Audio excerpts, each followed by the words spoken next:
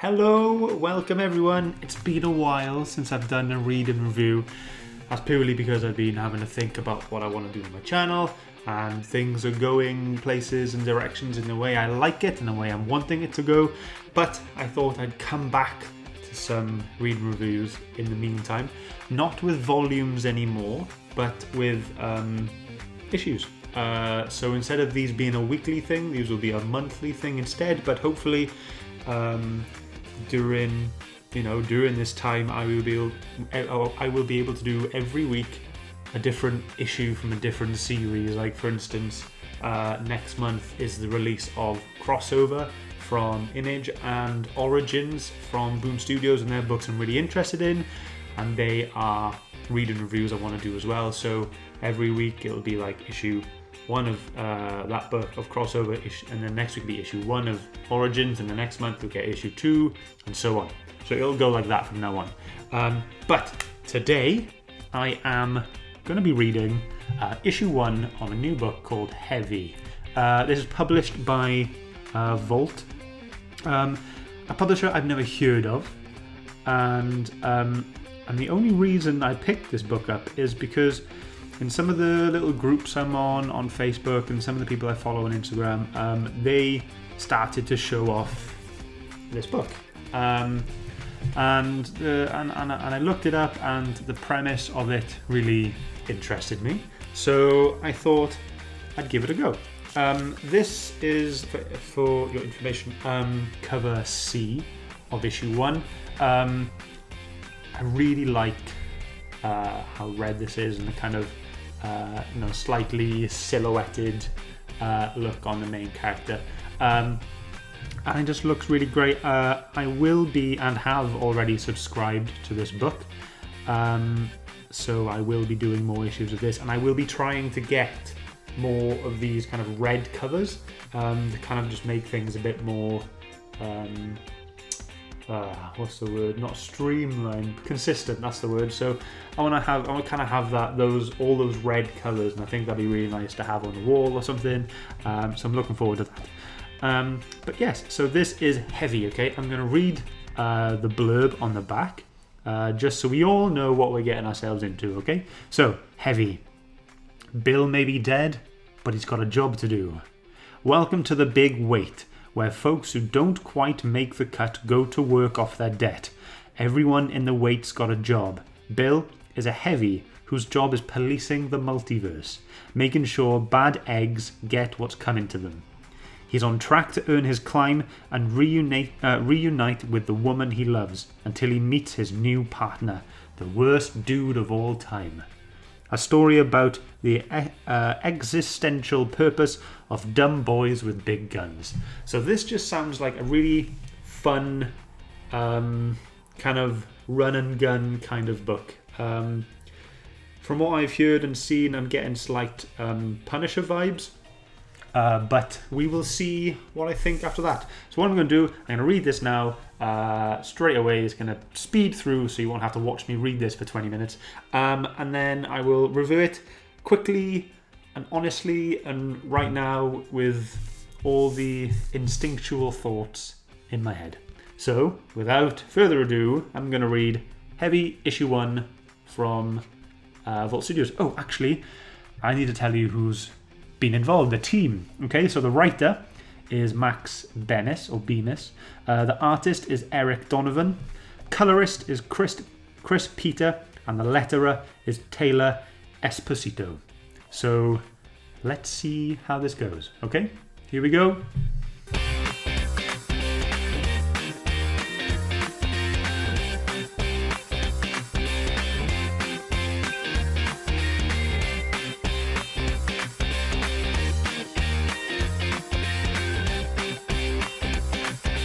Well, that was great. That was cool. Really fun. Really engaging book. Really just...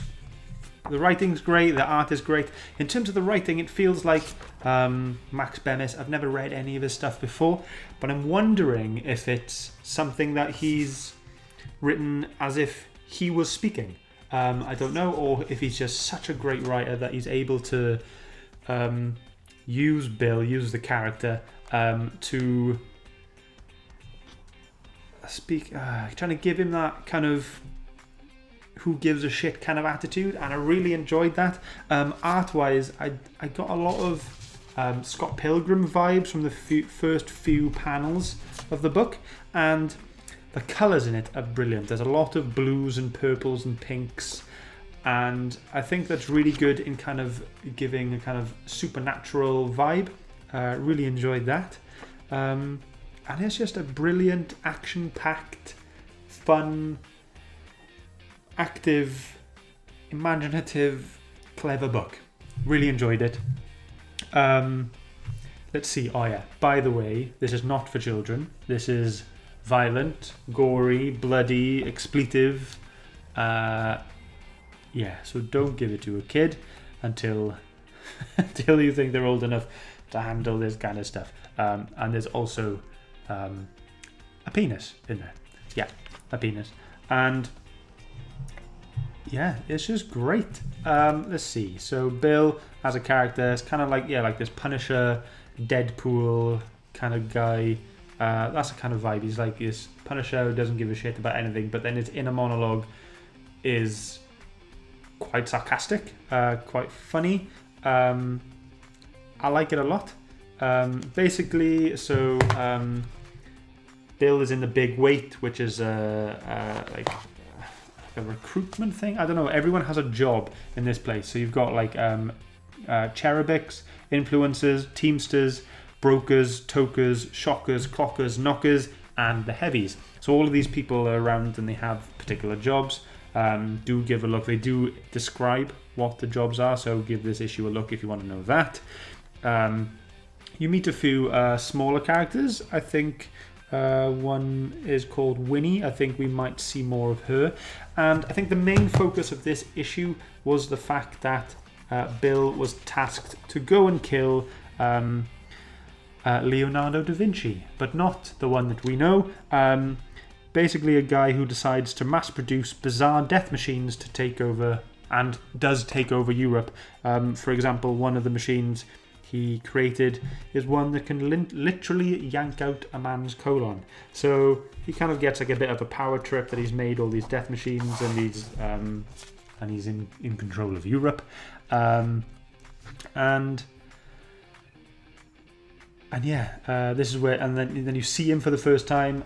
So Bill like snaps his fingers, portal travels along to the to this reality where this evil Leonardo da Vinci lives.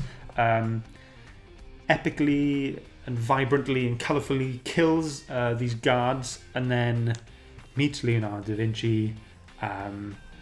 Everything is just fast-paced and great, and the writing is awesome, and the drawings, so the art and the colours is just fun. Even when he is shooting people's brains out, still it's just awesome. One thing that explains the concept of this whole story is, so Bill says here, so he says, and you see that bad guy right there being stabbed in the eye. A million realities bloom from that one thing. Because reality is like a tree.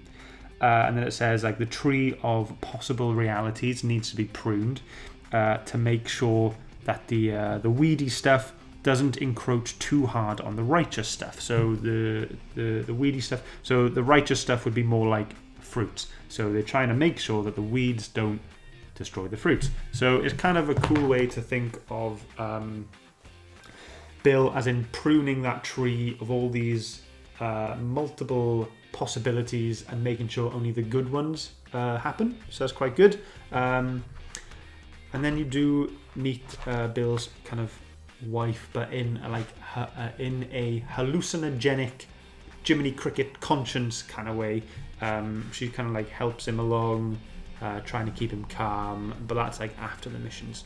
But what happens, all Bill wants to do is see his wife. That's all he wants to do. So he talks with his boss, and he's like, what can I do more? You know, I'm killing all these people, I'm one of the best. Why aren't you letting me be with my wife. And she's basically saying, you're not ranking up as high as the other people because you don't have a partner. You need a partner. And he's like, no, you know, he's very reluctant to have a partner. So, but he eventually gives over, and he goes like this council meeting, I guess. And they give him 3 conditions before he gets his partner, saying 1, you cannot switch partners. There's no debating. 2, veteran heavies like yourself are paired with rookies, which brings us to number 3. If the rookie dies outside of the boundary of the big weight, then they'll simply cease to exist. Now, the cool thing that I liked about this, I should mention that Bill's wife was murdered, and so was he. She went to heaven. He didn't. He went to the big weight. What I should talk about now is his partner, which is something I slightly expected, but I'm still happy about nonetheless. His partner is the person who killed his wife. I don't think we learn his name yet. Let me see. No, I don't think we do. We don't see what his name.